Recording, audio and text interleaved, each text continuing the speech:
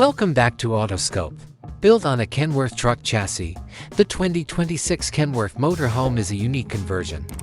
Strong and innovative external design on the road, this RV, which is based on a Kenworth truck chassis, looks quite bold and commanding. The wide windshield, big body, and recognizable Kenworth grille convey a rugged and muscular image. A body composed of reinforced metal and fiberglass, adjustable LED headlamps, and a roomy storage space underneath.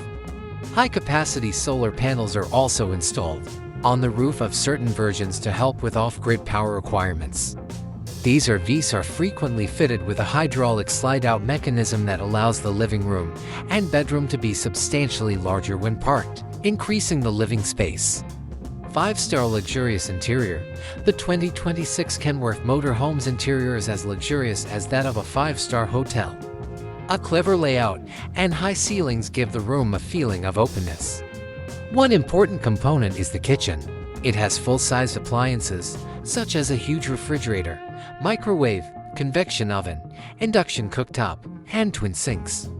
High-end materials like granite or quartz are used to make countertops. The king-size memory foam bed in the master bedroom provides optimal comfort.